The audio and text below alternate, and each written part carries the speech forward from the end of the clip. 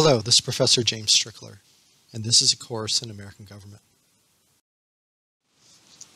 In this lesson, we're in Unit 3, American Federalism, and this is Lesson 7, about Madison's solution.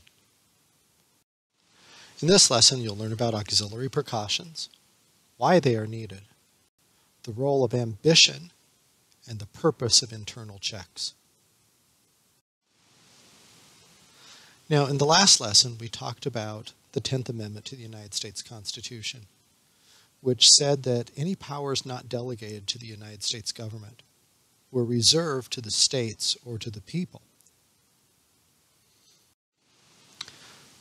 This can be seen in the diagram that we then created in that last lesson, that the enumerated powers delegated to the national government are supposedly enclosed in a wall established by the 10th Amendment, which says that the national government is limited to only those powers, while the other ones outside of it, belonging to the states, remain with the states. But in a certain sense, the 10th Amendment is just words. Sure, you can say that the national government's limited to its delegated powers, but what's going to stop it from actually exceeding those powers? Earlier in this course, we learned about James Madison's solution to this problem of trying to keep the national government in check, trying to keep it within the boundaries that were set for it. Madison suggested that this would be accomplished through the concept of separation of powers and checks and balances. As we previously learned about this, we saw that Madison said that while ideally elections would keep the government in place, experience has taught us that that doesn't always work. The reasons for this are that politicians can essentially bribe their way to get people's votes. They can overstep their powers, but use it in a way that makes the voters happy, and the voters will be happy to vote for it in that moment, not thinking about the long-term consequences of having surrendered more power to the government than the government should have. He said, therefore, the government should be obliged in some way to control itself. In order to make this happen, it would require extra precautions beyond just having the people vote. Well, what sort of extra precautions did he want?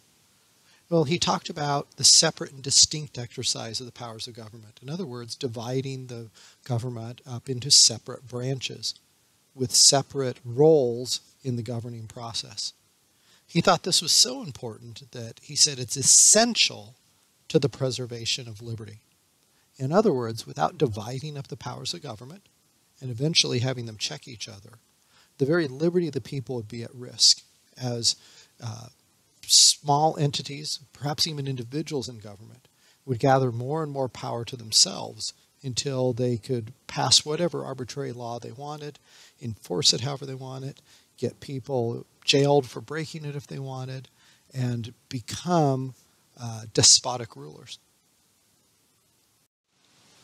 Beyond separating the powers of government, Madison suggested that then the different parts of government would be pitted against each other. He described it as ambition counteracting ambition.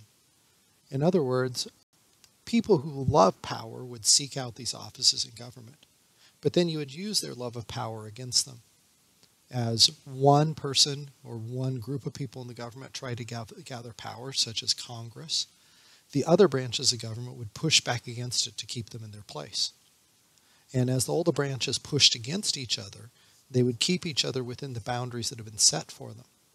As one branch of government tries to go out, tries to exercise its ambition, its hunger for power, the hunger of power of the other branches would fight against it, wouldn't want to give ground and push back against it. In that way, they would keep each other where they're supposed to be. So, politicians' hunger for power would be pitted against each other to control them. That was Madison's solution to how we would keep government in its place. Not just hollow words, but the structure of government itself would keep them where they're supposed to be. So now let's take Madison's ideas, which we actually had learned about earlier in this course, and let's try to incorporate them into the model that we've been building of federalism. We've been building this model now through several lessons, and eventually, in the last lesson that we had, the model presented in this way.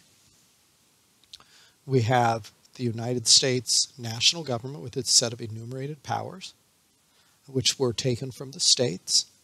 Then you have the states with their broad police powers, which have been delegated to them by the people. And then you have the people with rights that they retained, that they had possessed ever since in the state of nature, but had reserved to themselves rather than giving up to the states or to the national government. Now, we have this model that we created. Let's take that gray circle in the middle that represents the power of the national government. Let's blow it up.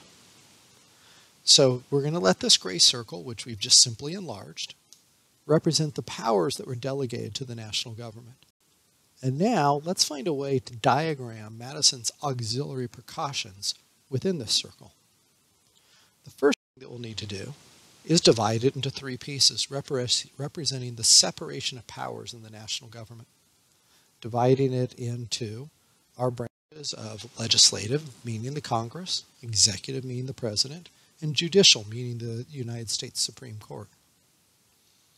Then what Madison suggested was, after dividing those powers of the national government into the three branches, that the three branches would have power to push back against each other.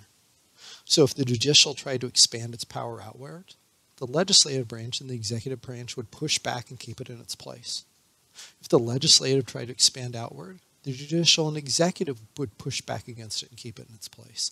And if the executive tried to expand outward, the legislative and judicial would push back against it to keep it in its place. In each case, their own individual hunger for power, as they were trying to expand their own power, would end up serving as a check on the attempts of the other branches to expand their power also. So if this is what Madison was imagining would be happening in the national government, just based on the ambition of politicians and the structure of the government itself, we then can take this gray circle which we blew up to build this diagram in and place it back within the bigger diagram to show Madison's auxiliary precautions in context. So now we've put the circle back in where it was before, representing the national government, much less power than the state governments.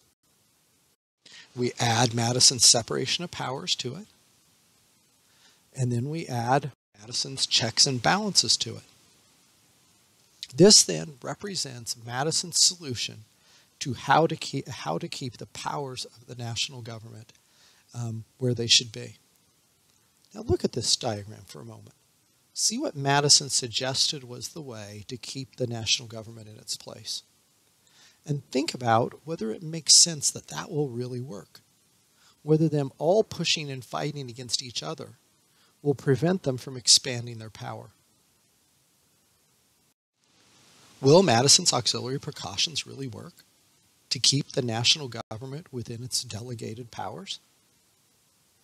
That's a question that we're really going to try to answer in our next lesson. So now let's review what we learned in this lesson. First of all, what are Madison's auxiliary precautions? Are they enumerated powers, checks and balances, regular elections, or the amendment process? It's checks and balances, the different branches of the national government fighting against each other. While he thought regular elections should be the ultimate check on government, he realized that that wouldn't always work. Thus, he thought auxiliary, in other words, extra precautions were needed. Why are auxiliary precautions needed? Is it to preserve liberty, to expand power, to unify interests, or to prevent conflict? Well, as I said just a moment ago, the idea of auxiliary precautions was to keep the national government's powers in check. But really, for what purpose? Why do you want to keep their power in check?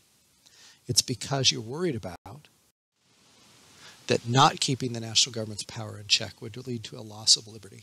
So auxiliary precautions are really there to try to preserve people's liberty. What is the role of ambition in Madison's system of auxiliary precautions? Is it that ambitious people are excluded from the system? Is it that ambition is pitted against ambition? Is it that the most ambitious people win? Or is it that patriots are not ambitious? It's that ambition would be pitted against ambition. Ambition means a desire to get more of something, particularly to make yourself greater, more powerful, more successful. And so you're going to use that tendency, that desire of politicians against each other, was Madison's idea. So then once you pit ambition against ambition, what is the purpose of these internal checks that are being created in the government? Is it to make the government efficient? Is it to assist the lawmaking process? Is it to prevent them from expanding their power? Or is it to ensure fair elections? Madison argued that those internal checks of ambition against ambition would prevent the national government from expanding its power into places where it shouldn't be. All right, that does it for this lesson about Madison's solution. Our next lesson will be from Unit 3, Lesson 8, about what is Madison's mistake.